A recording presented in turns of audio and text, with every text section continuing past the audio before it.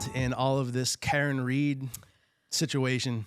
Well, I think everybody was kind of watching it online. So there was definitely some sort of like online presence about this story. So when it first hit, I remember seeing it on the news and thinking, wow, that girl's too pretty to have killed her boyfriends.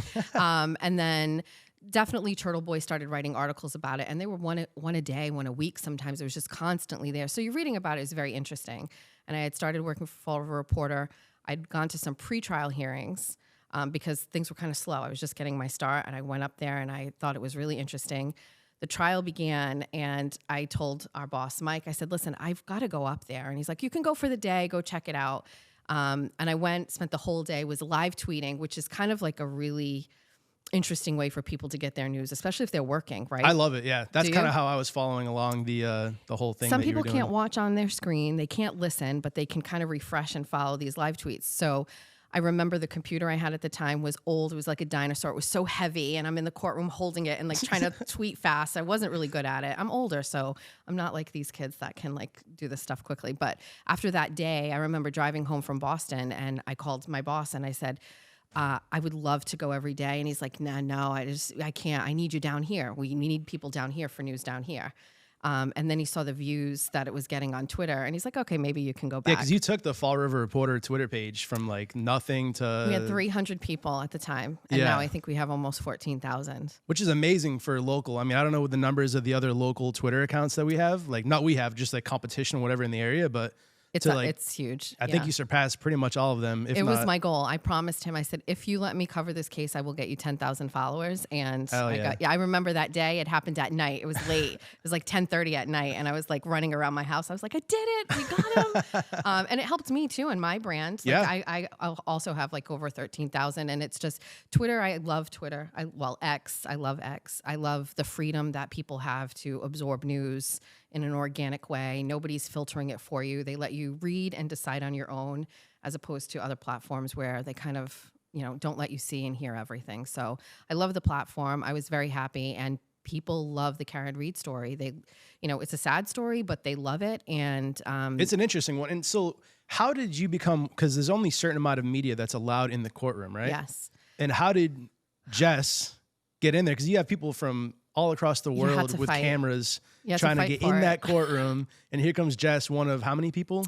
There's only 10 that were allowed in the courtroom. So the ironic twist about that is the original courtroom that this was going to be held in could hold probably double the amount of press.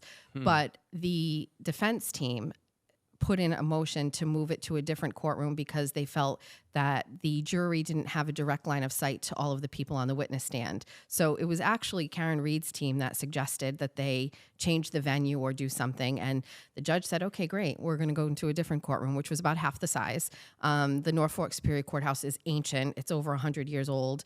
And so we moved to a smaller room, and that only allowed for 10 spaces. And on the first day, I don't think anybody knew what to expect. I remember getting there very early. There were helicopters flying up above, and I was like, this is going to be crazy.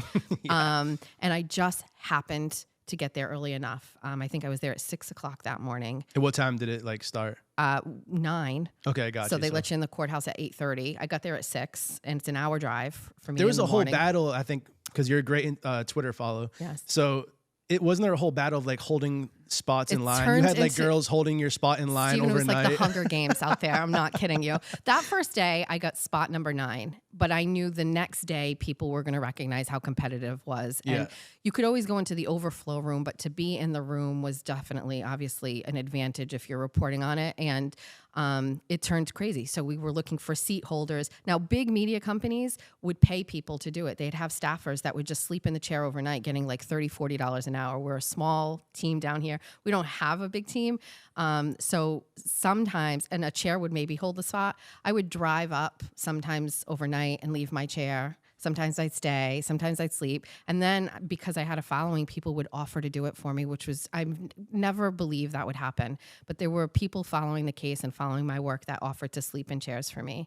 And they did. And did you run into like a power trip issue where maybe you got that last spot and then there's some guy hey, I'm CNN, I need to be in the courtroom, who's Fall River Reporter? There was a ton of drama. I mean, I have a restraining order against another reporter who accosted me because, he took my chair out of line And when I got there, I moved his chair and I got in my rightful spot, and he pushed me, and it was just crazy. So I have a restraining order on that man. No shit. Yes, for a year actually. I went to court, asked for an emergency order, got that, and then I had to go back for a hearing where he was there. Now he's an attorney, so he defended himself, and I still won. So I have an order of protection for him, and it was really just about I needed the freedom to be able to go and do my job without feeling threatened or worried about my space. So some people took it to the absolute extreme. That person in particular. And there were other people towards the end. So the AP, for example, was not there at all for the whole trial. But when it came time for jury deliberations, the AP showed up, and they were not willing to adhere to the unwritten rules of your chair held your place in line. They would move chairs. They jumped right in line. It was highly competitive. We had journalists from Florida, Brazil. I mean, it brought out the last few weeks of that trial brought out an insane amount of not only fans, but protesters and media outlets. There was everybody there, Inside Edition, everybody. So what ultimately ended up happening is I went to everybody who had been there for the trial, so the main 10 people. And it fluctuated sometimes if I wasn't there, if I was sick or someone else, but there was a main group of 10 or 12 people. I went over to them and said, let's make our case to the state police who kind of had jurisdiction over that space, to the courthouse, and said, listen, we've been here this whole time. How could we have been here for all these months and then have these people come in here, not follow these kind of unsaid rules and take our spots? It's not fair. So we ended up convincing everybody to kind of join together as a team. So all of these media outlets, large media outlets, small media outlets, but it was that 10, I think 11 maybe. And we all got together, and I went over to speak to the state police. I said, listen, everybody here has agreed to this. And I sold it to them, and they said yes. So they came and took our names, where we were in line. And then he said, this is it for the day, for the rest. So then we didn't need to even put chairs anymore because it was already established. I wish we had done it sooner, actually. But it mattered towards the end because it was very intense, waiting for the jury to come back or going back in when the jury had a question. It was just a very fluid scene. And so having that security of your space, but there's no rules. Like I said, it was the Hunger Games. And the courthouse basically is we want nothing to do with this. What you guys do has nothing to do with us. We're going to give you 10 spots. How you get there is up to you.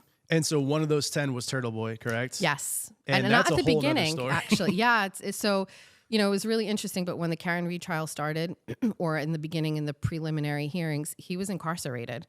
And prior to that, he was always just in the audience. So it was only after he got released. I actually was there the day that he got released. One of the first people to speak with him. I think I remember that he came out the steps and gave a pretty fiery speech. But I was actually in the courthouse waiting for him to come out with his attorney and their team. And I had talked to him a lot while he was in jail. We spoke all the time. I had written that article about him and did an interview with him. Nobody was interviewing him, and I just thought it was such an interesting story. So how did that relationship work? Because I know you're a Turtle Boy victim, right? He's pride, writing a pretty nasty article about you during COVID time when you were running for office, right? Yeah. So how did the start of this Karen Reed fiasco, were you guys still kind of didn't like each other, or how did you guys kind of So I actually never not liked him. So he wrote a story about me when I was running for office. I was definitely not on his radar, but when you run for office, you're got a target on your back. And my political opponents took some old videos of me where I was calling teachers unsavory names. I love teachers. I just don't like teacher unions. And so they took these videos, and along with the fact that I held a fundraiser for my campaign a couple days before the shutdown of COVID, and said that was kind of insensitive to the whole COVID situation. And Aiden wrote a story about me. It was terrible. I say it all the time. I remember the day it came out. It was a really dark day. I was embarrassed. I was ashamed. It went everywhere. He had a far reach at that time. And, everybody was calling me. My mom was like, everybody's messaging me about this story. And it hurt for a couple days. But first of all, I own everything. I said all of those things. I did all of those things. So how can I be mad at somebody for just exposing that? I need to stop. Oh, you're good. Yeah. And so that was while you were running for, what were you running for? It was it wasn't school committee. Was it city council? School committee. School committee. Okay.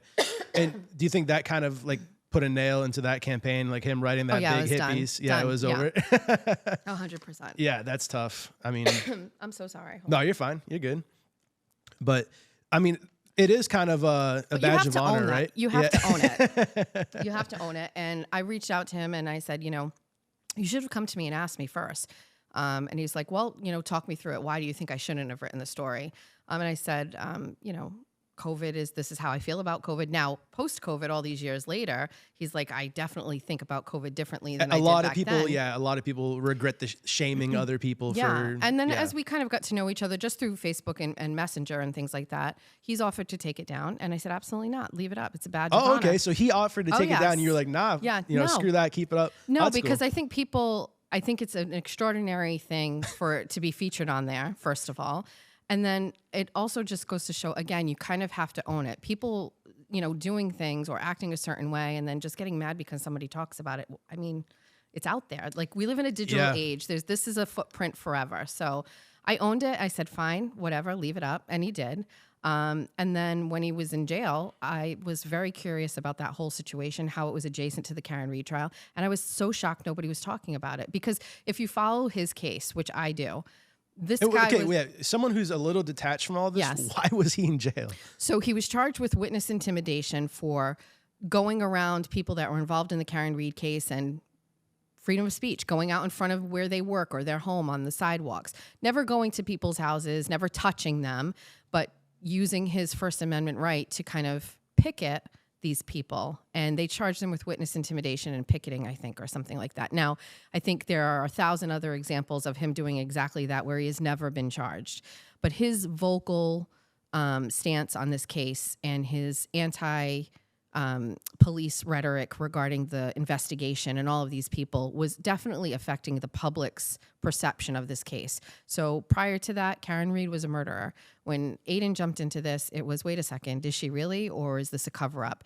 And I truly believe that, and just not going to get into some of the details that I know behind the scenes, 100% they used the law, which they easily could have done, to incarcerate him. And so he was put in jail for 60 days. And I think it backfired completely. Wait, is this the same police department that is involved in the Karen Read trial? So Norfolk Sheriff is the overseeing. So yes, in that area. So his court cases were in Dedham District Court right across the street from where Karen's case is in Norfolk Superior. I think his have actually moved over to Superior, but they got him on a bunch of different things. There was a lot of communication between his ex-girlfriend and Ken Mello, who is the prosecutor in his case. Wild conversations that you would never know about unless they had a case with discovery and were able to get this information. It's very incestuous, extremely complicated. But if you look at everything, you recognize this is someone who is very vocal about this case, drew a frenzy of attention. It's world known. Do you think if Turtle Boy didn't get involved, then she would have been found guilty? 100%. Wow. 100%. He has changed the outcome of this case. And forever. There's just no way around it. And so many times I would interview people outside the courthouse and ask them, why are you here? There's hundreds of people outside supporting an accused murderer, right? It's just unheard of. Yes, she's a woman. Yes, she's attractive. And she's so pretty in real life. She's just so a fangirl over all the time. She's got a great sense of style. She's so pretty.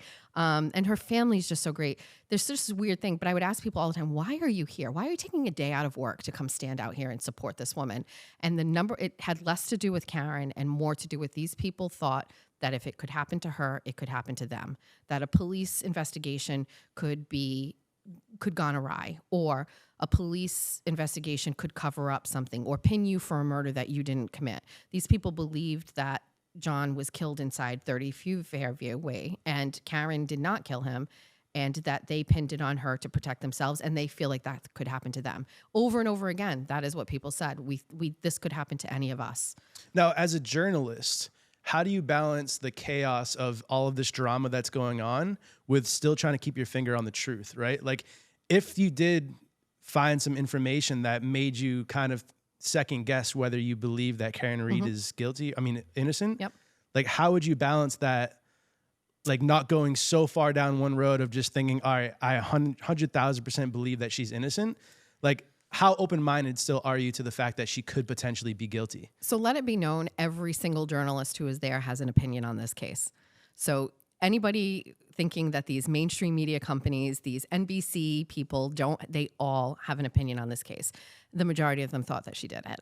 That she did it? That she did it, yes. So mainstream media believes that she did it, and then it's more the independent journalists that believe that she's innocent. Correct. Gotcha. Now, I think as the case progressed, some people maybe changed their minds or a little bit more open to the possibility of things. But as journalists, first of all, we're regular people. We have our opinions. We have our politics. We have our opinions on everything. What's most important is that we report facts. So I think one of the things that really resonated with people when I was reporting on this case is I only reported what I saw. So in a courtroom, I never gave any rhetoric around what was just said. I never used adjectives to describe things in a different way. It was just fact-based reporting. So I'm seeing it, I'm hearing it, and you were giving live it to tweeting you. from the courtroom, live tweeting right? it, yes. So, and there were other people who were doing this and saying, oh, so-and-so rolled their eyes or looks, is disparagingly staring. We left all of those things out, and it was just fact-based reporting, and I think people just want that. And again, we talked about it earlier. Give people facts and let them make their own decisions. Exactly. So is it hard for me? Did I feel like I leaned a certain way? I think I did at some point. I think only based on just how can you not? I mean, there's testimony in that case that was just so egregious. As a regular individual, I could not sit straight-faced and really believe some of the things that I was hearing. So again, when it comes to reporting, report the facts, but every reporter has an opinion on everything. And whether it comes out in like the way where maybe I would give some sort of like conversation about it afterwards or write something different, it comes out with these other mainstream medias in other ways too. They maybe won't report something, or maybe they'll only report one particular thing, but everybody has an opinion about it for sure. And so you were in the courtroom the day that they came with the decision or Yes. lack of decision? Yes. What was that like? It took me back to it. Those days leading up, so once the jury went into deliberations, was wild. So it was a lot of going back and forth. We were standing, you had to wait. So Aiden and I actually kind of had like this team thing going on where one of us would be at the courthouse and the other one could go and talk to people and do interviews. Hey, they're coming back, and we text each other, and then, and Sue O'Connell from NBC Boston was part of that too, by the way. So we would kind of look out for each other. Was she one of the mainstream people who She thought? was one of the mainstream people. She thinks that she was guilty? I think she did in the beginning, and I think maybe she changed her mind. I can't speak for Sue, but Sue is one of the most, I think, compassionate people there, and she's been doing this for a long time. She's very nice to me when I first met her, treated the non-mainstream media journalists with the same respect that the mainstream media gave each other. So there were definitely people, and not necessarily the ones in the box or the press box with us, but there were people that did not consider Aiden to be a journalist. He's a blogger, if that. Gotcha, yeah. And that we weren't a good enough media company to be there. What are you doing there? Or I've never heard of Fall River Reporter, or what kind of reach do you get? Sue was never like that. I think she respected the hard work and the work that we put in. And sometimes I would have court documents before anybody else in the box did because I hustled differently. So she was one of those people that always treated us respect. And she treated Aiden with respect as well, which Ted Daniel too was really great. Ted was awesome. So, but some people weren't. And sometimes you just have to deal with it. And we're all there. At the end of the day, there were 10 of us in that box, and we're all doing the exact same thing. So,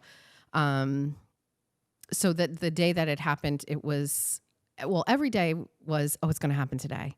I remember that. It was so back. frustrating. Yeah, you wait till like 4 o'clock, and then it's, nope, we don't have it. Well, they're going to come back today. And, that whole thing was wild because before they went to deliberations that very first day, a juror got dismissed. And that was like, it rocked my world because, first of all, can you imagine being in this case this whole time, and then the day you start deliberating, they dismiss you? And why did they dismiss that juror? I don't know all of the details yet. I know that Aiden has, I think, maybe discussed it, but she did not want to leave. I know that, and she ended up leaving. She was it was against She her did not will. want to go. No, and she left. When she walked in, I couldn't believe it. She's my favorite juror. She was the most expressive. So my big thing was watching jurors. So everybody could watch this thing online. Everybody could watch this case online. You could see it live every day. Yep. The infamous ceiling fan. The ceiling fan. The ceiling fan has a Twitter account, by the way. Does it really? It really does. I'm obsessed. So everybody could watch it. So, and then also we had other people in there reporting about it. So what could I do differently? That would kind of like make me stand out. And I focused on the jurors. So everybody was talking about the testimony and the people on the stand and elaborating on what you already saw, but nobody at home could see the jurors. Nobody could see what they were talking about or looking at or how they were dressed. So I really focused on them. And that was a big part of my reporting, is following how they acted, their demeanor, how they dressed, if they communicated with each other. But that juror that left, I called her juror number 4 because that was where she was seated in the beginning. She was my favorite. She was the most expressive. You could tell when she was exasperated with testimony. You could tell tell when she didn't believe what somebody was saying. You could tell when she had they captured her interest. I had pegged her very early on as being a not guilty person just by her facial expression. So I often tweeted about, the jurors and what they were doing, which I think people really, you don't get to see. These people, it's funny to me but there's only a small group of people that know who these people are. The people that decided the fate of this case and ended up coming back with a hung jury verdict. I would recognize them if they walked in the door. It's wild to know that we were only a few people that got to see them. I mean, how many hours overall do you think you spent inside the courtroom for that case? Hundreds. Yeah, a lot. Yeah, yeah. And so where do we stand today on the case? So they're going to retry her. And so in January, I think is the expected kind of restart of that. In the meantime, I know her defense team has added some people to it. They're trying to remove 2 of the charges because those were supposedly within the jury deliberations. Those were unequivocal not guilties. And there was some discussion very early on about this juror slip, right? And the defense team argued right on the very first day of deliberations or leading into it that, this isn't how it should look. It's not clear. And the attorney, Alan Jackson, who's from California, he's like, I have an issue with this. And the judge was just like, well, we've always done it here. And he's like, well, I don't really care if you've always done it here. That doesn't, it doesn't necessarily mean it's the right way. I have a lot of respect for Judge Cannoni. I know a lot of people who love Karen Reed don't like her. I like tradition. I liked even the old building. I have a lot of respect for judges that are just kind of square, you know what I mean? And the circus around it all was enough. Like, I didn't mind that she was kind of curt and rough and, it had to be just this way and that's it. If you started to have like all this flexibility on the judge's side and then you've got this stuff going on outside and then the nature of the case itself, I just felt like she was the constant stability throughout that case that was very necessary considering everything surrounding it. The chaos around it. Yeah. So I really loved the judge. I used to look at her shoes every day when she would come in. She'd walk right by us. We had to stop because she walked through the press box. We'd have to stop and move off to the side. They would tell us we couldn't touch her. We had to, but I would always look down at her shoes. All business up top, by the way, people. Straight hair, bangs, but she would have on the best shoes. Sometimes patent leather high heels with the ankle strap, like very sexy shoes. She knows she's going to be in a Netflix documentary. She wants to look good. Yeah, she always looked really great with the shoe department.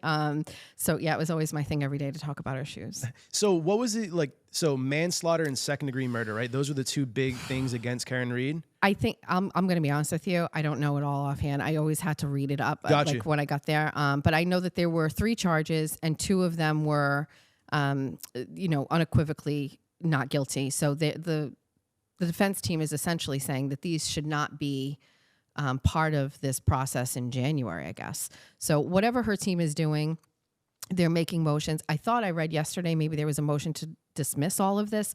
I'll be honest with you. I need a mental health break from the Karen Reed thing. So I welcomed that there's this kind of like space and time where there's no court cases where you can going just relax on. for a little bit. Yeah, although Aiden had a court case yesterday as well. He still has all of his cases. Is that still in the witness intimidation? Yes. Oh, no shit. So he's still fighting going. that. Yeah. You know what's crazy in that case? They took his phone, confiscated his phone almost a year ago, and they haven't given it back yet. But that case is wild. Anybody who's dealing with the court system, whether it's in Fall River, New Bedford, or anywhere, you will see it is a absolute vortex of time. Everything takes so long. The wheels of justice are slow. Could not be more true.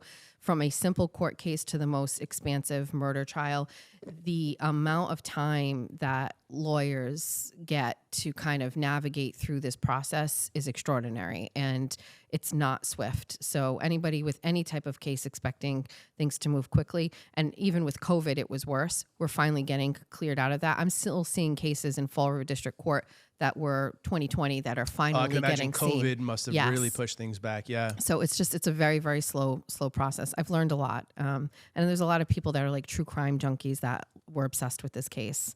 So it looks like, just Googling it real quick. So she was unanimously concluded she was not guilty of murder or leaving the scene of a deadly accident. Right. And we're deadlocked on only the remaining manslaughter charge. So they agreed it wasn't premeditated. Right.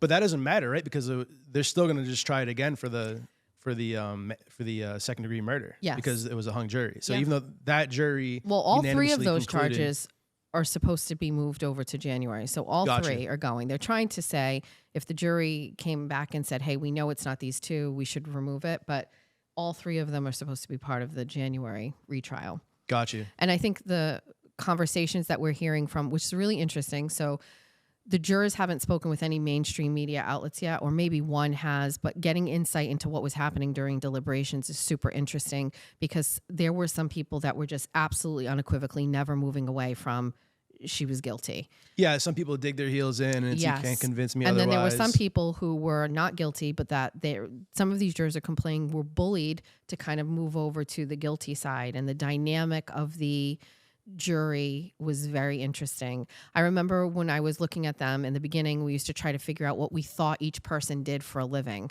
Like, what do we think that person is and what, whatever. And ultimately I was wrong on every single person because they came out like you can find out. Aiden has been able to meet with some of these jurors and get some more insight. But the jurors met with Turtle Boy? He has spoken and interviewed with them. Yes. So wait, did they ever release though? Like, so for the manslaughter verdict, Yep. like how many said yes, how many said no? It was out there. Published though? So not officially through the court. So they just came back and said they could not come to. The day that happened and they called us in and we went into the courtroom and we knew we were getting a verdict. I almost like blacked out. Yeah, out of body experience. I couldn't believe it that I was hearing that they couldn't come to a decision. It was almost anticlimactic. Yeah, I agree with that 100%. Yeah. And then I was instantly looking at the jury, and there were 2 jurors that were crying, that were upset. The family of John O'Keefe was outwardly sobbing and crying. So that's actually an interesting dynamic because the family of John O'Keefe like hates Turtle Boy, thinks that Karen Reed's guilty. And he was standing about 1 foot away from them when he was in the courtroom, right behind them. What was that tension like? Always tense. Yeah. Always tense. The courtroom in itself, remember when I said it had to move to this different courtroom? So in the original courtroom, it would have been the judge in the front and then the public on both sides of an aisle. This courtroom, for whatever reason, they're together like this. So Karen Reed's family is in eye contact with John O'Keefe's family the whole time. The jury is in eyesight to John O'Keefe's family the whole time, and Karen. It's just very intimate. I was always very surprised at that. You'd have these 2 families within feet of each other, and then you add the dynamic of Aiden standing right behind them. I mean, I'm assuming they don't get along very well. no. Yeah. No. It's gonna take a shot in the dark here. There's a real big issue going on with those people. There's been words between them at prior pretrial hearings and things like that. Yes, no. And then not only that, but think about it. Aiden has spent the past year and a half highlighting all of these key players in this case, the people that he believes are really responsible. And sometimes those people were sitting right in front of him. Now, keep in mind, he has open cases of witness intimidation. When those people were on the stand, he could not be in the courtroom. So the judge had to rule and say, like, on those days, he could not be here. So we would have to watch the day to see who would be called. And then he would have to be out of the room. And then when they were off the stand, he could come back in. So it's just the dynamic is just wild. I think every murder trial has some sort of an element of crazy to it and all of these things. I've never been in one. Well, I've actually covered a couple murder trials in Fall River, and there's no competition for the press box. There's nobody in there talking about it, which is very sad to me that, it's still the loss of a life of one person and how one can gain so much support and one can completely almost be anonymous. I've been in courtrooms for both of those. And it's still somber to think that somebody's lost their life, but the public interest is just not there for some people. And what kind of time is Turtle Boy facing for his witness intimidation? So he's got quite a few charges out there. He, I don't know. I think he's fairly confident he's not going to be convicted of these charges. He often will give examples of when he's done something very similar to just someone not related to the Karen Reed case, and why was he not charged in those. First Amendment is a big thing for him, but it's a big thing for a lot of people in this case, the ability to be able to protest or support or have a visibility event for whoever you want and speak what you want and say what you want. I mean, we live in a society right now where we heard in the 2020 election how, Hunter Biden's laptop story is legit, but Facebook clearly snuffed that out and we couldn't have access to that, right? for people like me watching that, knowing that was true, already being on Twitter or X and knowing this is 100% true, and it not showing up where everybody else was on Facebook, you're going, where's the freedom of speech here? Where's the ability to talk about this? I remember during the 2020 election, I'm sure you know, everybody I knew was getting put in Facebook jail. Oh, yeah, like, yeah. you know, and it was sometimes like the older generation of people like sharing an article or something and not realizing it, and Facebook's putting them in jail. I think if you shared the laptop thing, you got like Yeah. put in jail on Yeah. Facebook or something like that. Just if you like reshared it. Yes. Just And so absolutely insane. I don't know too much about the witness intimidation charges. On the surface, to me, it looks like there's just nothing there, but I don't know if he's been in jail for 60 days. And that's, listen, Aiden for everything that he is. And I've got to know him over this trial and see him all the time and talk to him. And I talked to him at his lowest when he was in jail. So I would speak on the phone with him. We would communicate through the jail service. I think he is inherently a good guy. His tactics and how he does things are different and extraordinary, but I think they have to be in order to get these stories out, whether it's this story or any other story that he's written about. I think it has to be an extraordinary way because there's so many roadblocks to getting through truth. And, you know, I do it every day, you know, whether it's a FOIA request and people fighting me on it or, you know, asking questions and people being evasive. It's just to have to dig and to work to find the truth is exhausting. And you have to appreciate people that are putting in that work and then putting themselves on the line, their families on the line. I mean, he's really taken it to the extreme in order to give transparency to people. And I think that's why he has such a huge following. People are just like, he's working for us. He's doing it for us. Yeah. It's just a lot of work. It's kind of like that him against the world mentality kind of vibe. For Yeah, sure. I mean, he's got his personality. He's very charismatic, and he's got an ego. I think you have to have. I have an ego. I'm totally like keeping it under the radar because I don't want. But I mean, you've got to have a little bit of confidence when you're doing this. I'm 100% confident that there are teachers sleeping with their kids in this area, and I know that to be true. And well, that's a great transition because we could talk about Karen Reed all day, Yes. but that's going to start back up in January. Yes. So I can't wait to follow your Twitter account on Thank that. I'll be locked in more this time than the last time, and I'm sure there's a lot of amazing content that's going to be coming out of that. Yes. But yeah, moving on to some of the. First of all, I don't know how you sleep at night. Just talking to you before this for like 5 minutes, Yes. like insane stuff happening in our own community. Yeah. It blows my mind every time I talk to you and I talk to Mike. Just craziness. So let's move on to the teachers, the adults that are grooming children in these school systems and are really seeing no punishment for it. No. The most famous case right now, we just talked about in the last episode with Mike, the Jacob Pothier case at New Bedford Voc. Mm-hmm. We posted that clip from the podcast and the comments are insane. I thought there was gonna be a lot of like arguing in the comments, and it's like 100% woman coming out saying, oh yeah, I had Mr. So-and-so from this school from 03 to 07. Oh yeah, I had him too. And yeah, he was sleeping with my friend, et cetera, et cetera. What are you seeing out there? You're the one that's on the ground floor kind of digging into all these cases.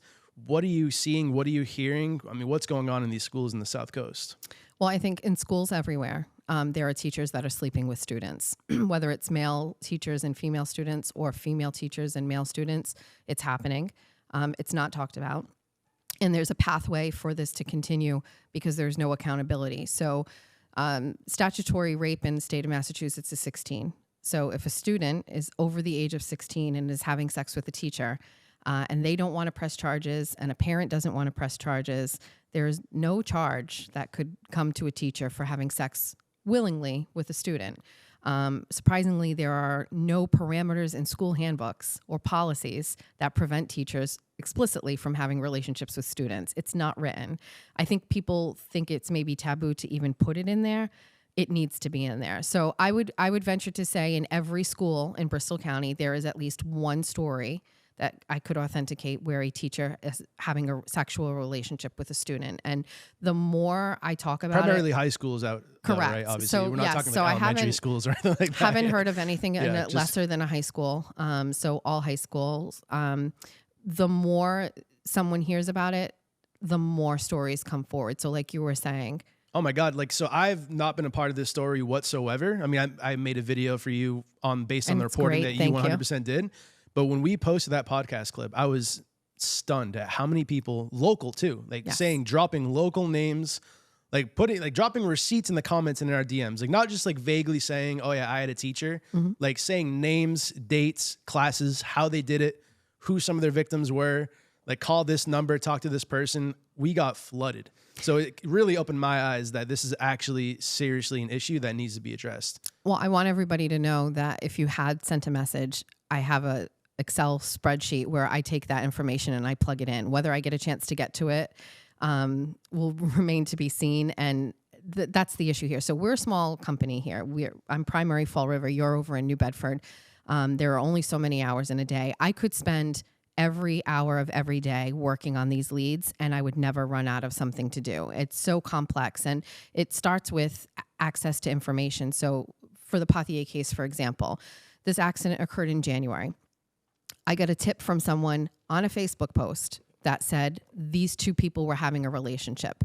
And the comment section kind of got a little shady where people were saying, hey, I think there was something going on between Jacob and Kathleen Martins. Now, I also believe when there's smoke, there's fire. And it might not be exactly what I think it is, but there's something there. So I started communicating with these people, talking with people. And my first thought is, okay, let's just authenticate some of these claims. Let's find out, did she actually work there? Big red flag for this is that the school district issued a statement about Jacob's death, but didn't issue a statement about their former employee being injured in the same accident. And then shortly thereafter that, there was a statement by the police department, I believe, that said, don't get carried away with rumors. That's not good for anybody.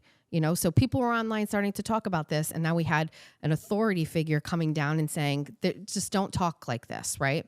So, again, let's authenticate things. So I put in a request to the school district for Kathleen Martin's personnel file and all emails associated with Kathleen Martins. I have put in, Stephen, I'm not kidding, if it's been 1,000 FOIA requests over the past 10 years. Once I learned how to do them and I recognize the power of a Freedom of Information Act request, I'm obsessed with it. As a taxpayer, you should want to know about these and how they work. I should teach a class on it. You have, if your tax dollars are being used, you have the right to inquire about anything involving that money. So you can put in a request for a line item on a budget. You can ask for a receipt to Staples on how much did the Fall River Police Department spend on paper. Anything you can ask for. But you can also request all the emails for state or city or town employees. That's public information. A lot of people don't remember that. If they haven't had a FOIA on their emails, they probably think that they can just write what they want, but we can get them. So I put them in all the time, for the smallest of things to the largest of things, from a one statement response to a thumb drive with video from inside a school. I've never been charged for anything. Now, they can charge you for these things. There's a woman by the name of Nicole Solis out of Rhode Island, and she put in a request for the curriculum for her school district. I think it was in East Greenwich, perhaps. And most notably, they charged her like tens of thousands of dollars for what she was asking for, and she's continuing to fight them legally. They can and say, hey, this is how much it's going to cost us to do this work to get this information, but nobody ever has. They instantly lawyered up. New Bedford Voc never responded to my emails. Instead, they had a law firm respond and say, if you want this information, it's going to cost you this much. And I think one of the requests, I believe the emails for Kathleen Martins were going to cost me $850. Now, we could have paid those, but for me, it was about the principle here. Why are you lawyering up? Why are you charging me for this information? And I'm very clear in stating I'm not using this for personal consumption. I'm going to share this with the public, which is actually one of the main reasons why people should request FOIAs, to share with everybody. So I appealed it, and we went back and forth and appealed it 3 different times, and they fought every single time. During that fight, I said, well, let's just put in a FOIA and see how much it's costing you with your attorneys to fight me. Yeah, that's effort they spent on fighting you. They could have just gave you the emails. Yeah, so it's over $10,000 at this point. I know the last time I checked it was 5, and I've done just as many requests or correspondence, so it's got to be at close to $10,000 at this point of taxpayer dollars to fight me, to give me information about emails regarding a woman who worked there, who was in a car with a student who died. They want to fight, and they've continued to fight me on that. We've thought about crowdsourcing to get the money and just pay it and get it all at this point, but I think it's actually been more fun to fight them on it and to show the pattern of them not wanting to be transparent with this information. And so this is part of the problem. So, you know, the schools don't want the scrutiny. They don't want to share the mismanagement of these relationships. And so they hide them. And they allowed this woman to resign. So while the school had complaints about this relationship, while a sister of Jacob Pothier went or called the school, or a brother called the school and said, I believe there's a relationship between my brother and this woman, the school never acted on it. And they were allowed to continue their relationship until she resigned. She was not fired. What was the time period from, do you know off the top of your head, from when the sister or brother called and alerted them? Over a year. So from when the family alerted the school to when the teacher or to when Jacob passed away. That's another thing. So there was Mike misspoke in the last episode saying it was an SRO when it was a security officer. Correct. It was just a small kind of. Well, the difference for people that care is significant. So the SROs in New Bedford are police officers. So they're actually New Bedford police officers. This was just a security personnel under the purview of the police officers. So a little different, I guess. Yeah, the job title's different, but still the fact that there's a grown adult in the school, working for the school, grooming a child. In a leadership role. You know, so maybe ask, New Bedford Voc, what was the job title of the person that was grooming one of your students? Right. That might be a good question to ask. Well, I mean, the thing is, the family inserts that they think this relationship started when Jacob was 15. So that would have been cause for legal action.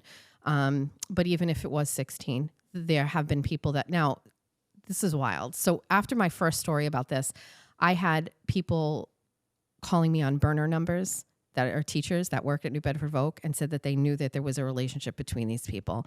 We had people make fake email addresses and send me information saying, I saw them at a football game and she was wearing his jersey. Like that this was an issue and everybody knew, but nobody was doing anything about it. People in the community that had heard about it and said, I don't want my name out there. There's another thing too, where people are afraid to come forward. They don't want to be a part of these things. They don't feel compelled to do anything at the time. After the fact, they're feeling guilty. They want to just, hey, anything to help it along. So we had a lot of people reach out and say, listen, this is what happened.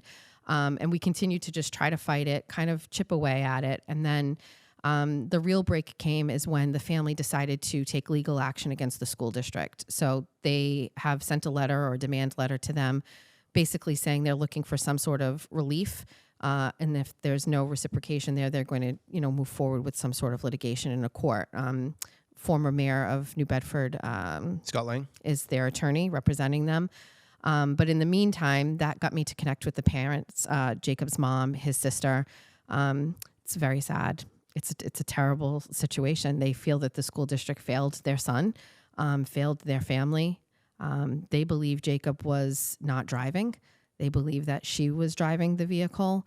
I have spoken with the district attorney's office. I have spoken with state police. They believe Jacob was driving. We don't have any confirmation on that. There are some tests that are being sent back for a second run. So a new set of tests that they were looking for from the scene. And that's coming straight from the DA, actually.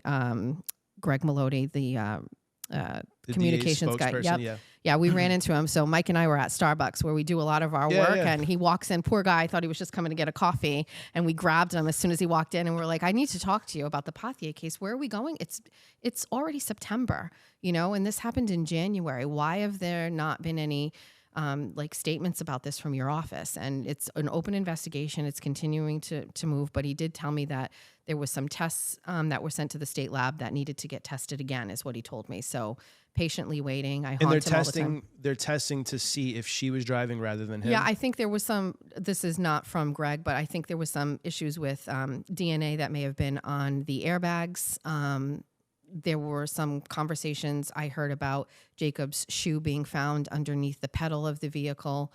But when I talked to family members, they were saying, the car was wrecked. Like, that's not an indication that he was driving. Yeah, in a serious accident, things move around. I mean, people get ejected from vehicles and whatnot. So. Right. And I think what the biggest red flag for that is, there was a out-of-court settlement from Kathleen Martin's with the insurance company. So Geico was the insurance company for this vehicle.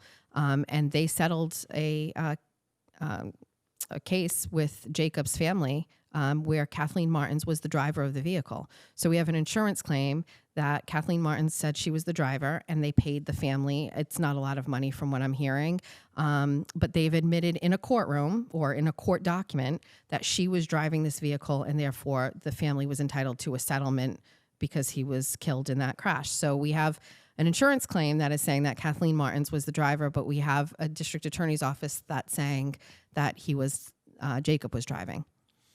And then there was that really weird fact of that his phone was missing, but it was pinged. His family took a screenshot of his phone pinged at the junkyard where the car was towed in East Freetown.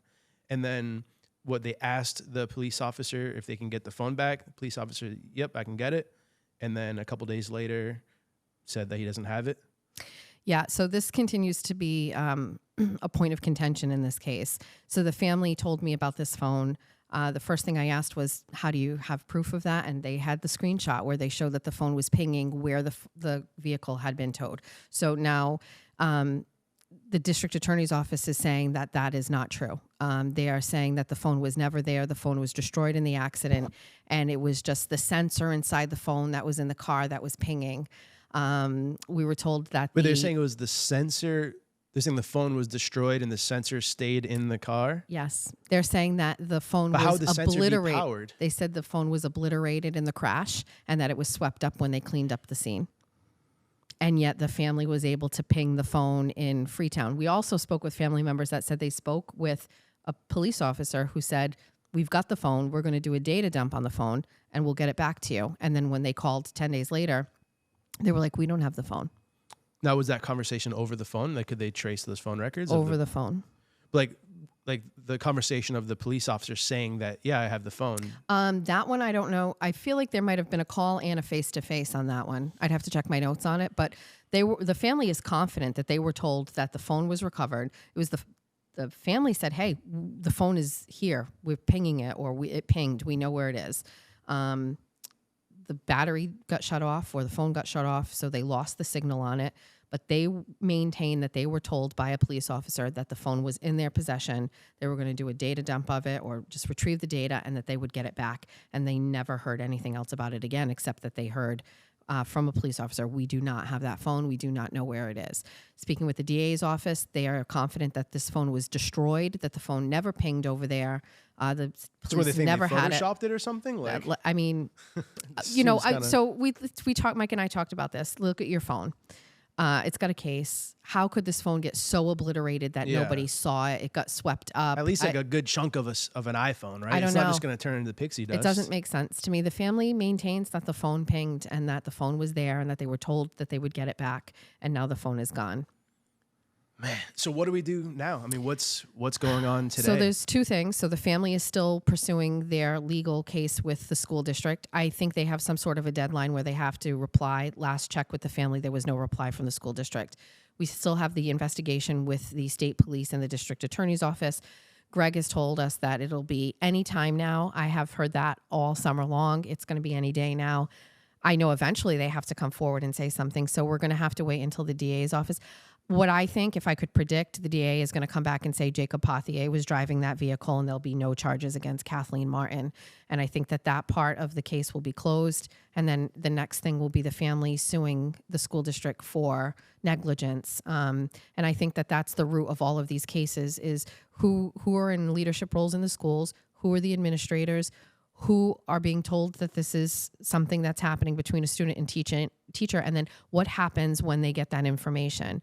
Whether these school districts feel like they have policy where they can remove a person, maybe that's the issue. Maybe we have to establish policies in these rule books and handbooks and say, okay, we need a whole section for relationships with students. You cannot be with them in public without a parent. You cannot have them in your vehicle.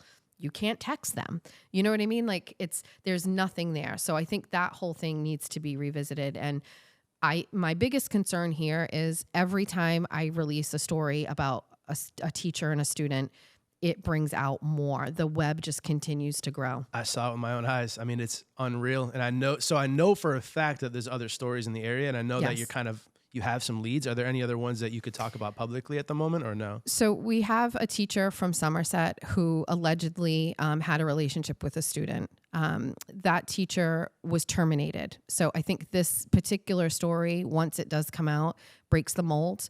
I think that the school district did the right thing and fired that teacher, which prevents him from being able to go to another school and perpetuate this pattern of abuse. I will tell you, I just talked about this very briefly on a Facebook post, and I mentioned this teacher's name. I'm not going to do it here, but it got a phone call from a girl who called me. I've spoken with her several times. She was a student at the school over 10 years ago when this guy was also a teacher. And she has told me that she had inappropriate conversations with that teacher, and this is going back 10 years ago. Sext messages back and forth between the two of them, him talking about having sex with his wife and types of sex that he had with his wife to a student at the school at that time. And she said she saw me talking about the Pothier case. She saw me mention this teacher, and she got sick to her stomach. She said for the longest time, she felt like she had a part to play in this. She loved the attention. She thought she was special and that she was responsible for it. She's like 10 years down the line, now that she's a mom, she looks back and she says, I was a kid. I was a child. I was at that school. He was taking advantage of me. It was wrong. And I think that that's a really unfortunate situation where this girl put it all on her and never spoke up and never said anything because she felt responsible. And it's not like we're talking about 8-year-olds or 10-year-olds. We're talking about teenagers and girls who are just, coming into their own and they're feeling like, did I do this? Am I responsible for this? And no one is giving them that green light to say, you are not responsible for this, no matter how old you were. He's in a leadership role. You were a student. Our conversation between the two of us is going to continue. She wants to share her story. And this is about a teacher who, 10 years later was still doing this. And then, no sexual relationship between the two of them, but definitely crossed many lines. But what if the school had done something back then? What if somebody had found out? Would he have ever stuck around in order to end up having this relationship with this girl today? And the other issue too, Stephen, that a lot of people don't realize is a lot of parents are embarrassed. They do not want to come forward or press charges because their daughter's having sex with a teacher and she was willingly having sex with a teacher. This isn't a child was raped, so to speak. This is not a rape situation. It's statutory rape is under the age of 16. If a 17 or an 18-year-old high school student willingly sleeps with her male teacher, why would a parent want to talk about that? That's what blew my mind talking with Mike about this is I always thought that statutory rape was like under 18. So it's if you're a 16-year-old girl and there's a 50-year-old man having sex, like there's no legal punishments as long as it's consensual. No. I mean, to me, the no-brainer is, hey, if you're in a power, maybe it might be tough to like in the court of law prove a power position, but like if there's more of like a 10-year age gap, then there needs to be something here. And yeah, maybe if you work in a school system, that should be, who would vote no on that? Like what politician would vote no on, hey, a school administrator, a school teacher, a principal should not be allowed to have sex with a student? Like that seems like we can all agree that that's probably not good. Well, I think the bigger issue here is I think our state reps are a little disconnected, right, from this situation. And I think, so you're surprised, right? You're like, wow, I can't believe how many people are talking about this and there must be more. So there's a lack of knowledge, I think, about this. And for me too. I mean, listen, I've had a daughter go through the high school. I would have never thought that this was happening at the time. And the Jacob Pothier case, if anything, the family should feel comforted in knowing that this, I think, is going to really break open and make some change. And I think that's what the family had. We talked about this too with Jacob's aunt. She wants change. And I think that's why we do a lot of these stories. It's, I want to create change no matter what it is, whether we have an elected official that is corrupt, whether we have a police department that is not doing everything above board, whether we have teachers having sex with students. If we report on it and we get a lot of people on board with what's going on, it'll create change. So, Mike and I talked about this too. He's spoken with a state rep, Carol Fiola, about this, and she was not aware of it. She had no idea about the Pothier case. So I think knowledge is power, letting these people know. I can't tell you how many times I've sat back and looked at this and said, so we had a whole situation happen within the Catholic Church where we had Catholic priests having sex with altar boys and all of these people. Everyone knew that was happening for the most part. Correct. This is the new Catholic Church because predators go where there are children or students in this case. That's where these people are. So where else are kids, right? Sports, schools, Boy Scouts, things like that. So they So have what could parents do today to, I mean, if you're a parent, right? I think you have a daughter that just went through high school, Yes, correct? I have two other kids in high school. So yeah. So as a parent Yes. with kids in high school, I mean, what are some actions that parents could take today to fight this issue of administrators having sexual relationships or inappropriate relationships with minors, with students? What I would do is take the Jacob Pothier story, print it out, and go to your school committee meeting and say, what policy does our school district currently have in place that would prevent a teacher from having a relationship with a student? Or ask your school committee, if you find out that there is a teacher having a relationship with a student, what is the policy and what happens next? Or can you create a policy? Go to the people who are making the decisions in your school district and ask them, where are the policies to prevent this from happening? I think that's the biggest thing. And you look at Somerset, from what I can gather, they don't have a policy. So it took, thankfully, the adults in this situation to step back and say, we've got to do something here. And I think they did. And I live in Somerset, and I'm not a huge fan of the Somerset School District for 1,000 reasons, right? We've had to fight for everything, whether it's school safety and security or transparency with curriculum or changes to things like body mass index testing. We had to scrape and fight for so many things there. So I'm not a huge fan, but I will always give credit where it's due. And I think that they did the right thing here. I'm excited to talk about that story once we can kind of get through some legal things here, because I think they did the right thing. And it also is comforting to me that there are people in roles there that have their eyes out and can say, we've got to, yeah. I mean, I always think about the new Bedford Voc Tech, and we come back to this. What is the motivation for not taking action back then? Why did not the school administration just stop everything and say, okay, we've got, let's get all of these players into a room. What are we going to do? I'm not sure I have the answer to that yet. I have some suspicions. But I'll tell you what, being a superintendent pays a lot of money. And being an elected official is a big deal to a lot of people. So there's a lot of political things, I think, behind the scenes that played a part in this. And it's very unfortunate. Well, we can dive down this rabbit hole for a long time, just like the Karen Reed case. But I know there's some other things that you're working on. And seriously, you're doing some great stuff and you're making some serious change. And we're just, at the very least, raising awareness with what's going on in these schools. And it rose my awareness because I had no idea this was going on. Like, we've always heard stories, but like, man, this is some crazy stuff going on. So moving on to another thing that you've kind of, dove down the rabbit hole on is this whole migrant crisis in the Taunton hotel. I have one of your articles. So this is a 3-part series that you're working on, the Massachusetts migrant crisis, the takeover of Taunton's only hotel. I didn't know Taunton only had one hotel. They have one hotel. I mean, not many people are vacationing. They had one Taunton, so they don't have. Well, it was actually a very important hotel because it's adjacent to the industrial park over there. So there's a lot of businesses over there that would use that hotel. Yeah, and now they don't have it. And so what happened? So now we have... so it was actually... well, if you remember in the fall of 2022, Ron DeSantis notoriously sent 50 migrants up to Martha's Vineyard.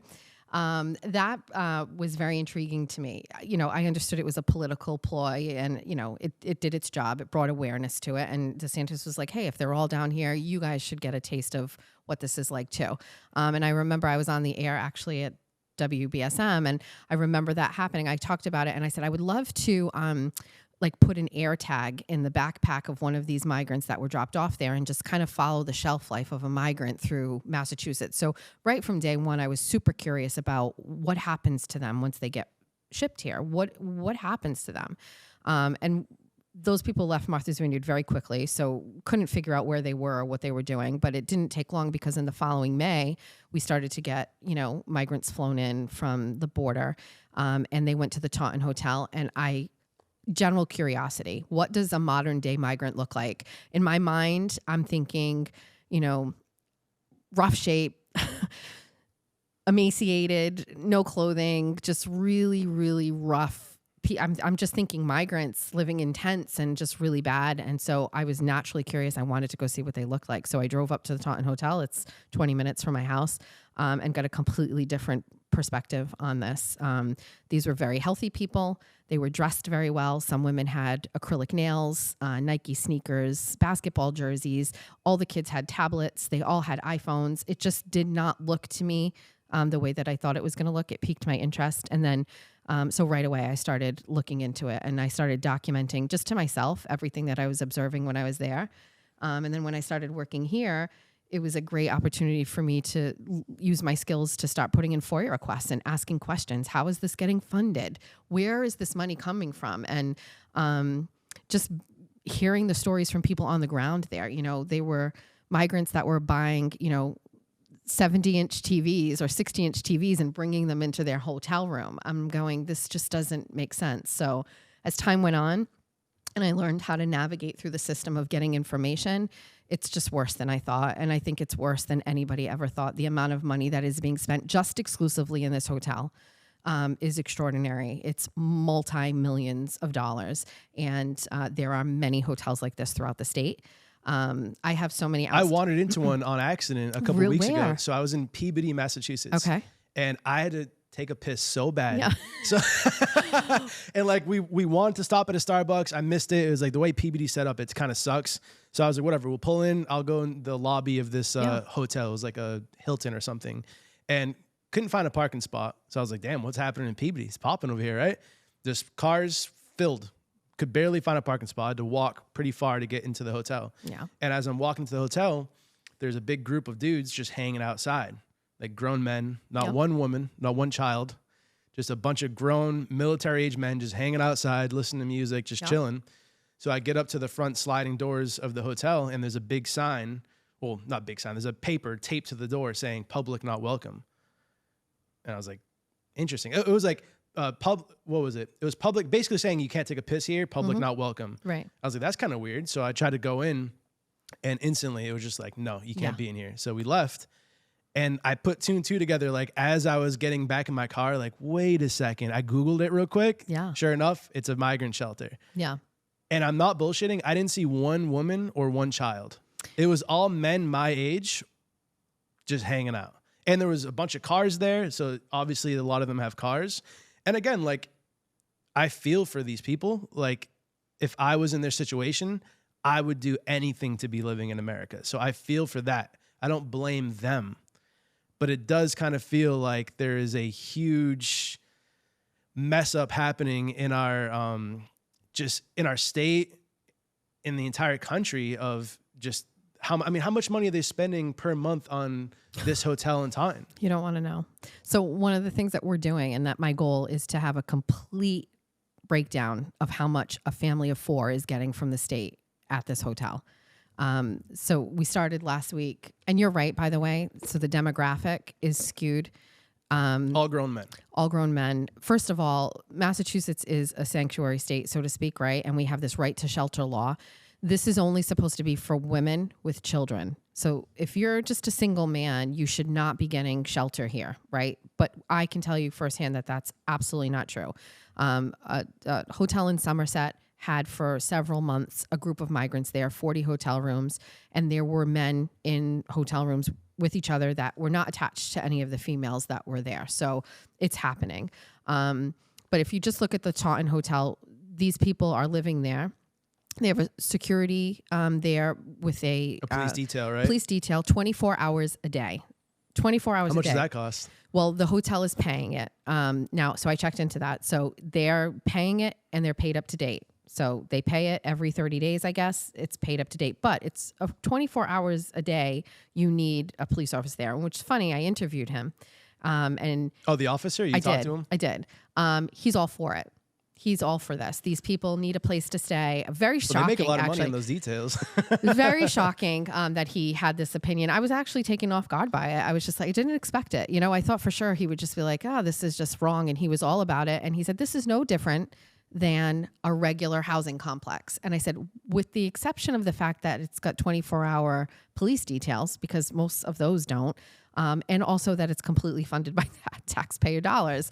The amount of money is extraordinary. So we just started. So we released this, but one of the things we did was we put in a FOIA request for the transportation contracts. So while I was there one day, I saw these constant stream of vans coming and picking up people and dropping them off. And I asked what this was about, and anybody who's in that hotel can ask for a ride anywhere. So do you want to go to the grocery store? You want to go to the anywhere. You can just put in a request and you get an Uber type ride and they come and pick you up and bring you wherever you want to go. If you have to meet with immigration, In Boston, they drive you there. If you have to go meet with an attorney who's helping you with your immigration status, you go there. If you got to go to a doctor, if you got to go meet with anywhere, they take you. So I was like, how much money is this? So I put in a FOIA and I got the contracts for the 2 companies. And for 1 year, it looks like it's close to $8 million. And we broke that down to 120 families. And it's like $60,000 a year on average that these people are getting. Now, these state contracts, they're getting the maximum amount of money for every ride. Okay. So it's not a cheap, that's the thing. Nobody is going on the cheap with these things. Nobody's. Or like the hotel, right? It's probably above their normal rate. Yeah. I think it's like $160 a night, right? For every single room, every single night. Guaranteed, sold out. Yeah. For a whole year. So Senator Mike Roderick spoke with Mike, our boss, and Mike asked him, how much is this? And he said it's about $10,000 just in the housing a month for a migrant. That's crazy. Just think about what kind of an impact that would have on the life of a regular family. But it doesn't end there. They don't have washing machines there. So they have a wash, dry, and fold service company that comes and takes their laundry once a week. Takes it, washes it, dries it, folds. Sure. But they get their laundry washed, dried, and fold for them for free. Wow. So they can get it and it gets dropped off. They get free rides. They get free health care. They get free food through our SNAP program. They get cash benefits every month. They get health insurance. They get legal services. And I think this is one of those topics where it's so like the way our political climate is nowadays. Like if you're on the left, you're just going to shut this. You're racist. You're evil. Sure. You hate these people. And that's why you don't want them to have these things. And the conversation just gets shut down there. And that's why I like podcasts like this where we can just talk about it long form because listen, like I don't think you're saying or anyone is saying like these are bad people that aren't allowed to live a comfortable life. It's just the fact that like the clear just misuse of our taxpayer money is insane. And me and Mike just did a whole documentary series this year on the housing crisis, the homeless population of our actual citizens here in New Bedford and Fall River who are just, a shelter just closed down. The Tomato Center. And like they had to go out in the streets. This guy's living out of his car. Like these people are just living in the woods in tents. They're getting nothing. God forbid homeless. New Bedford's pretty good with the homeless veterans, I will say. Like they actually do have a really good program. They're on top of their stuff. But every city isn't New Bedford. I'm sure there's a lot of homeless veterans in the state of Massachusetts that are still living on the streets in the woods. So I have an answer for that when somebody says, you're impartial and you're racist. And I said, if they were giving these benefits to every family in need, I would be all on board for it. I think, listen, we should shop around and we should try to find value where we can. And I think, sometimes, so everybody has to keep in mind, there's a state of emergency in Massachusetts still in place for this migrant crisis. So if you go back and look on the Massachusetts website for state of emergency, throughout the history of this state, the only times we've ever had a state of an emergency were for weather-related emergencies, whether it's hurricanes or some side of like blizzard or storm. The only other non-weather-related emergency that is ever put in place in this state was related to that gas explosion that took place out in Western Massachusetts. For some reason, that triggered a state of an emergency because I think it affected like the gas service or whatever, but that they had a state of emergency. So these state of emergencies have a start date and then they have an end date.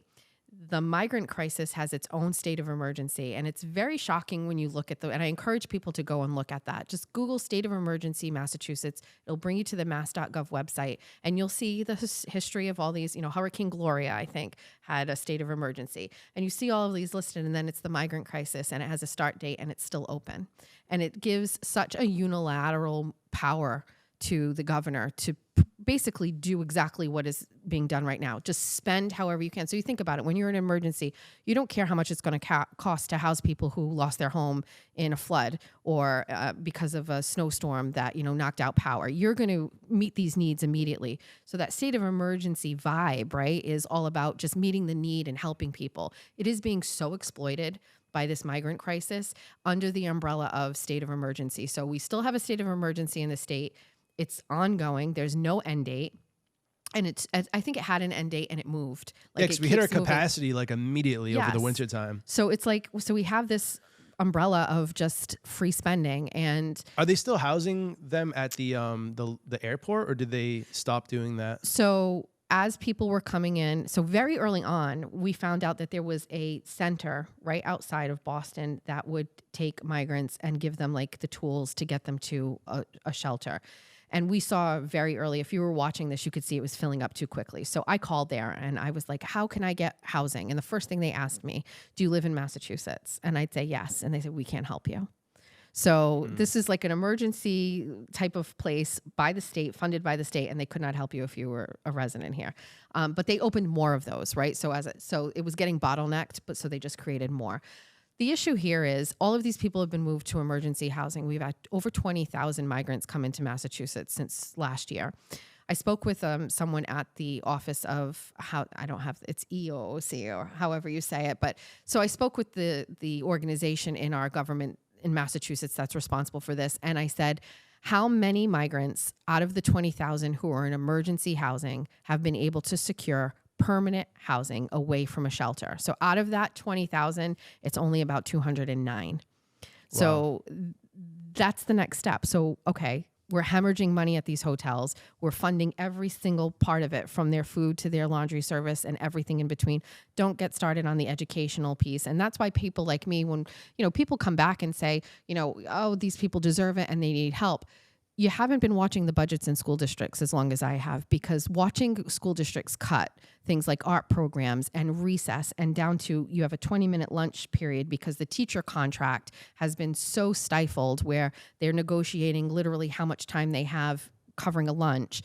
That's why your kids don't play at recess. That's why your kids don't have long lunches, because the teacher contract, which is all about money, and we don't have the money. If you watch a budget as long as I have, you recognize on the ground level what a small school district like Somerset has had to sacrifice in quality education. And if we had one facet of the money that's being spent there for a year, what we could do and the changes we could make. So that's why I'm frustrated. The money's there. Obviously, this is a $1.8 billion, situation that we've had just this past year alone.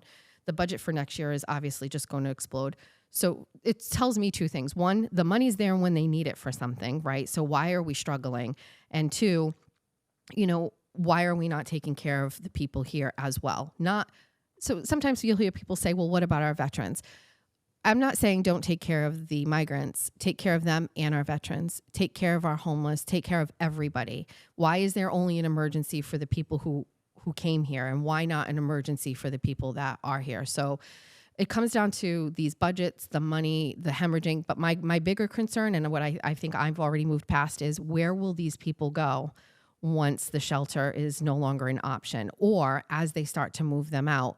Where are we going to see these 120 families from Taunton move into? By the way, those 200 families who have found housing, it is all funded through the state. So there are these programs. I don't know if it's the RAFT program or whatever, these relocation programs.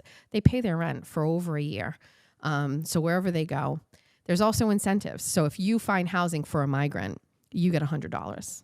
Did you know that? No, I did not know that. So if you call the state and say, migrant hustling or something over here. Well, what if you buy a 6-family house and you say, okay, I've got let's say a 3-family apartment building. You got a 3-family apartment building. It's 3 apartments, and on each floor there's 3 bedrooms, and you're going to rent each one of those apartments to a person. So you can essentially get 3 people on the first 3 people on the second floor, 3 people on the third floor. So you can house 9 migrants in your house. The first thing you're going to get $100 for each one of those people because you found them permanent housing. Then you're going to get a check from the state that's going to pay for their rent, whatever you charge. So what's a bedroom apartment these days? Shit, that's changing by the minute. I mean, it could be anywhere from $1,500 to $2,500 in the South Coast. Let's just go I'm paying, low so end. all right, I live in a 2-bed, 2-bath. Yep. We're paying about just under $2,500 a month. Oh my God. Yeah. I'm very grateful for my home. Yeah. That I bought in 2016. My biggest mistake was being like 8 years old when the economy crashed. Such a critical error.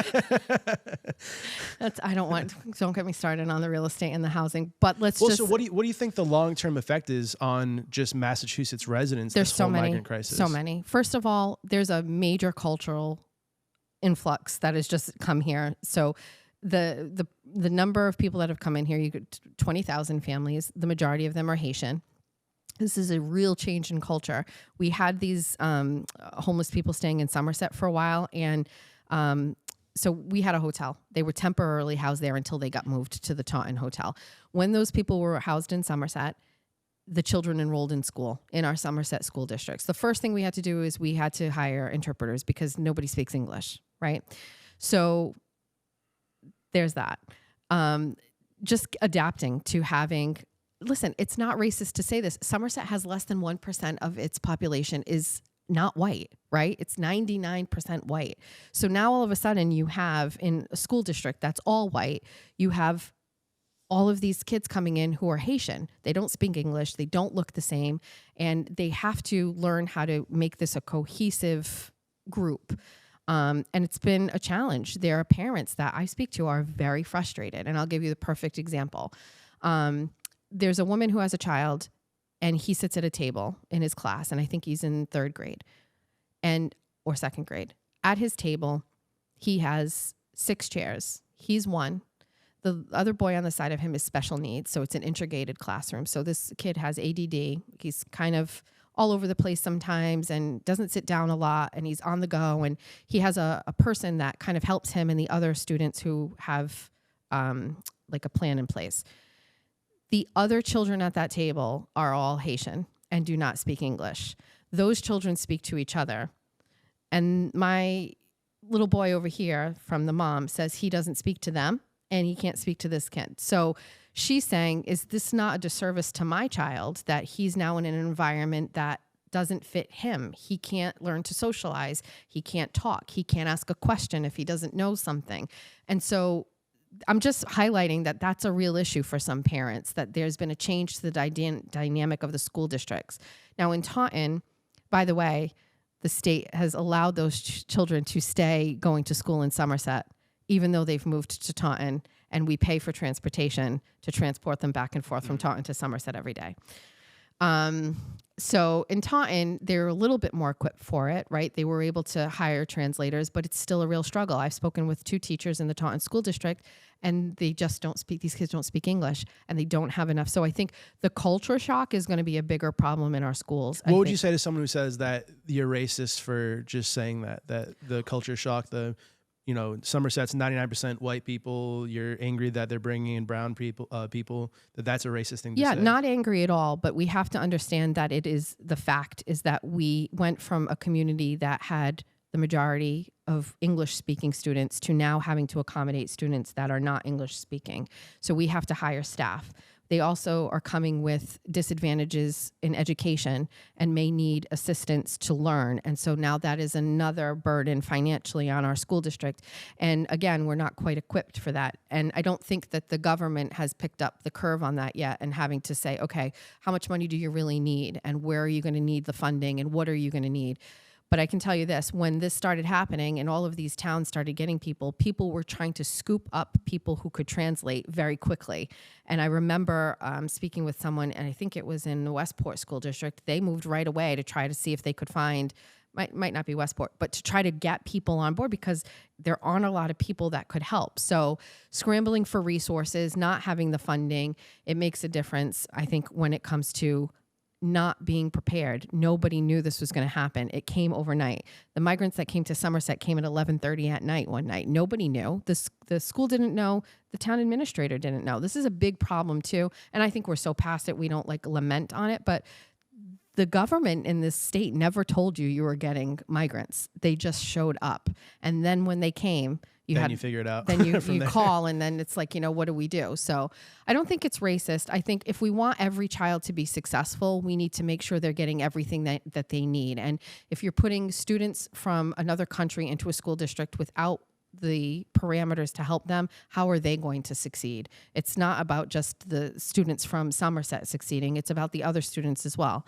And so, I remember the school district talked about this. Let's take those migrant students and put them all over the school district, right? So they aren't all in one school, burdening that one school with the need, right?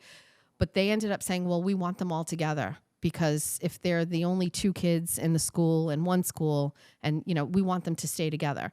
So one school, elementary school, has all of the Haitians in that one school. Now, the advantage to that, your speech people are all in one school. They're not traveling. I guess that kind of makes sense, right? Rather than trying to get all of those translators and whatever staff you need in now they're 50 all in one schools. School. But then you look at it from the perspective of this one parent that's saying, my son is in a class with kids that he doesn't Yeah. He doesn't understand them. And so, that mom I know is saying, she's thinking of putting him in a private school just so these are critical years. She wants him to be able to socialize. And I understand you couldn't really prevent that from happening in a non-migrant situation, but I just think it's some eye-opening realities that people need to really look at. And no, that's interesting. I mean, yeah, I didn't even think about that. Like when I even asked you that question, I thought you were going to talk about just the economic impact. I didn't even think about, yes, this in the school system, how that's affecting how they're teaching the curriculum, the staff they're going to have to buy.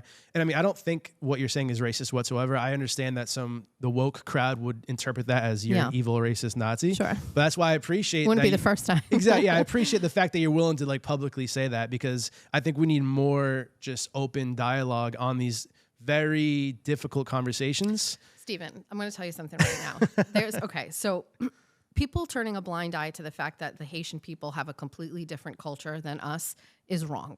So the hotel in Taunton had, I believe, 7 to 10 families that were homeless, that were Massachusetts residents before they got there. So this was already a place that could be used if a family needed shelter. I have spoken with a girl who is 15 or 16 who has been living there for a year. And she will not go on record. She's still living there, so she didn't, or maybe she's not, but she didn't want to go on record. I spoke with her about this for hours. She said the most shocking thing about the migrants moving into that hotel is that the males are constantly having sex with the females in the hallway. That as a 15 or 16-year-old, she lives in that building, and that people are always naked, and that they're having sex in the hallway or in the stairwell. And they don't see anything wrong with that. And perhaps that is the culture elsewhere, but here, this is not okay. And why are we going to not talk about that? That's a safety issue. That's a concern for someone who happens to come across it, like this girl who saw this and was like, it happens all the time there. And I'm like, can you complain to anybody? Can you say anything? And she's like, no. I mean, people will lose their jobs for probably speaking out on that, right? Yeah. So, I mean, it's not a race thing. It's a culture thing. And we have to understand that we took a large number of people not from here and brought them here. And it's going to take some time. And it's not a natural progression. It's not like we had one Haitian family move or 2 or 3. We have 20,000 people that came here.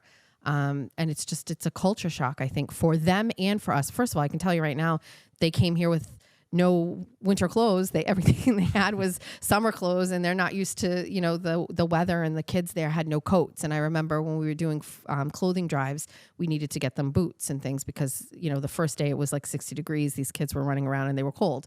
We can be thoughtful and recognize there's a humanitarian need, but I'm not going to ignore the fact that the government opened the borders and this administration moved all of these people in, I believe, to expand the voting base in this state so that it would lean even further to the left than it already is. I felt that this was done deliberately.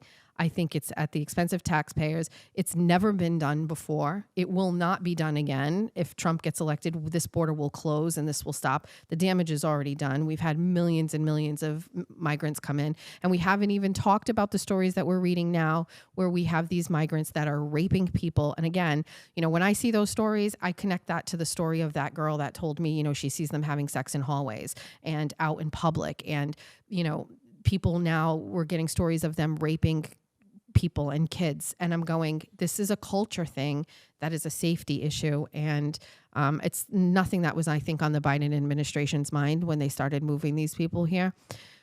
We can always talk about the money. And it comes at a time, I think, when taxpayers are so strapped. I'm a Walmart girl. I shop for my groceries at Walmart every Sunday. I've always gone. Don't dox yourself now. Now everyone knows where to find you. Well, no, because now I go to Market Basket because Market Basket is cheaper than Walmart. And I always thought Walmart was cheaper than Stop and Shop and Target. And now I'm saving even more money. Sometimes I'm shopping at 2 different grocery stores. I don't think there's anything wrong with that. I think people having to feel the pinch is a good thing. But where we're at right now is crazy. I mean, a regular family. So the goal of this project and this 3-part series and the continuing FOIA requests and getting this is to build like a dossier of what a family of 4 for a migrant family under the Biden administration has been able to receive here in Massachusetts, and then compare that to a family of 4 that is living here and born here and raised here and where they're at, and just comparing those two things. And where have you had a second one yet? I think I thought I saw you put the second. Do you put all 3 out at the already? bottom of one? You should be able to see a link to 2. So I think I saw that right. Somerset. Yep, Nice. that's number 2. And then at the bottom of 2 Wow. is number 3. So Massachusetts migrant crisis. The crisis arrives in the town. Is this another hotel? Yeah. So that was the one in my town. So I went and befriended those owners of that hotel to talk to them. You know, there's another thing we don't talk about too. I don't know how much time you have, and I feel like I could talk about it forever. Oh no, you're good. But, You're good. So this hotel is a small hotel. It's owned by 2 people who are from India who moved here, came here legally, by the way, to start a life. They worked for Hilton, I think, in another state. They worked for Hilton overseas, and then they moved to the United States as Hilton employees, and then they eventually left Hilton and bought this hotel. So it's a small hotel. It's only, I think, like, I don't know, however many rooms. You know, it's a 2-floor hotel, not a big thing. And they are just a couple with a little kid. So they get this group of migrants that come in, and they were thrilled. This is what, 40 families, I think you said right here? 40 families. So I think they maybe had like 50 rooms there, I think total, but they had 40 families come in. This was life-changing for the people who own this hotel. Yeah, you're selling out now. Because not only that, they had COVID, where they had people that were staying there, and during COVID, they couldn't evict them. So they had people staying in their hotel and never paid any rent because of the moratoriums, I guess. So it's a no-brainer if you own a hotel to do this. For this small business, which it is a small business, for this family who are migrants who came here legally, this is a dream come true. And they were getting a piece of the migrant pie. And not only that, they did it with, I think, care and sympathy and concern for the migrants. They knew a lot of them. They got to know their situations. They were very accommodating and helpful. If you're going to do it, this is the way you should do it. Give the economy the chance to kind of thrive, right? Let a small business owner thrive. But what did this administration do? They eventually took all of these people out of these small hotels and put them into hotels owned by just one company. Really? I didn't know that. It's one company that owns all of these hotels. So the majority of the migrants in this state are in a company. The Patel is the owner. It's a multi-group of people, but they own multiple hotels. They have the contract with the state. So they're getting millions and millions and millions of dollars. And these people complained about it, by the way. They were so upset by it. Yeah. Did you talk to them? I talked to them almost every day. I would stop over there to talk to them. I wanted to see exactly. How else am I going to find out what's going on, Stephen? I need to be there every day. When did that happen? Because I remember there was migrants living in Fairhaven too, the Seaport motel. Right? They left. Yeah. I wonder if that's because... Well, they ended up eventually all transitioning them over to the hotels owned by this company. There may be some that are still stragglers, but for the most part, the majority of these, and I can tell you how I knew this.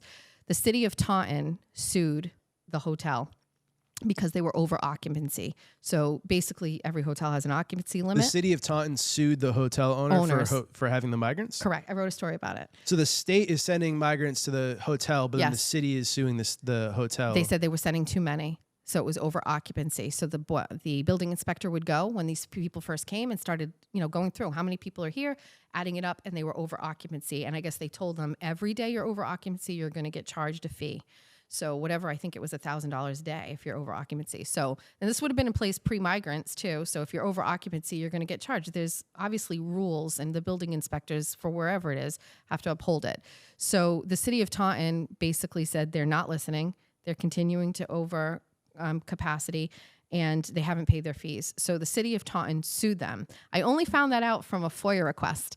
I sent a FOIA request to the FOIA queen over here. I love them.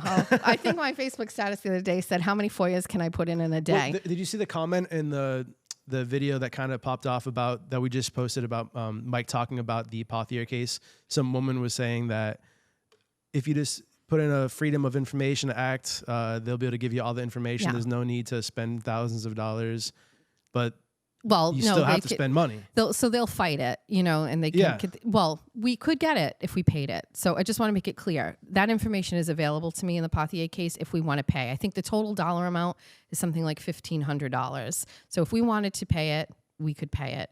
Again, it was more about the transparency and showing that they were fighting me on it. Yes. But we did say, Mike has offered to just write a check. And I said, let's just keep it going. Keep it going. Yeah. Run the tab. So I put in a FOIA request in Taunton just for some information, just about the numbers of people there. And I inadvertently, through my FOIA request, found out there was an outstanding case. I went on Mass Courts, another one of my favorite websites. I could teach a whole class. You're just out here like 3 a.m. just web sleuthing. Listen, ladies, if you have a man and you need to know where he's from and what he's doing, I'm your girl. Okay, I can find out everything. Mass Land Records and Mass Courts are my two favorite websites. But I went to Mass Courts and I was able to look up that there is a lawsuit from the city of Taunton that is suing this hotel. But that's where I found out it's a hotel chain. They own tons of them. So the name in the lawsuit is so what who makes led that me. decision? Is it the mayor of Taunton that would make that decision that they want to sue? Or I believe it was the board? building inspector. Okay. They have the ability to go and try to, recover the fines. So after a certain point in time, like the town of Somerset actually had fined Prismian or not Prismian, but a company that owns the land over where the old Brayton Point power plant is, because they were trucking in scrap metal every day and they just were not adhering to the zoning bylaws and just trucking it in. So they fined them every day. And I think they owe them $3 million in fines they never paid. So the town of Somerset is taking them to court. They've been in litigation for a while. So any municipality can sue somebody. Don't look up City of Fall River because there are tons of lawsuits in there. That's what I do for fun. I just look at who's suing the city of Fall River, who are they suing. You are perfect for the job. I'll tell you that much. So fun. It's so fun. It's very rewarding. Well, I could talk to you all day. Yes. I would love to have you on maybe in a couple of weeks to see, get some updates on all these things that you're doing. Jess, you're amazing at what you do. How can people find you? FallRiverReporter.com. Just type in Jess Machado. All of the stories that we talked about today and everything else is there. We're on Facebook, obviously. Some of our stories get shared over on New Bedford Guide. I'm on Twitter or X. It's Jess Machado Show. And then obviously Fall River Report. It's not reporter for whatever reason. It's Fall River Report. Someone stole that one? Yeah. So Fall River Report. And then New Bedford Guide's Instagram is amazing. You do an amazing job, Stephen. Thank you. He brings my stories to life. He takes my stories and then puts a visual to it, which is just amazing. It's how people digest news these days. So And this is why I'm excited to have you on the podcast because, I think... Make a reel or two out of it? Yeah, like coming on and like putting a face and a voice to some of these articles that you're writing, I think really is impactful. A lot of people like myself have ADD and just can't read long articles. I'm telling you, people love the reels, and I think it's a great way to at least pique interest. So you always link an article. If you see something you like, then you can click on it. So our New Bedford Guide Instagram, and then our TikTok is growing really well. I'm anti-TikTok, but reluctantly I'm on there. But it's through our New Bedford Guide, so that's where you can see everything on those platforms. Awesome. All right, keep up fighting the good fight, Jess. I Thanks appreciate having you on. Thank you.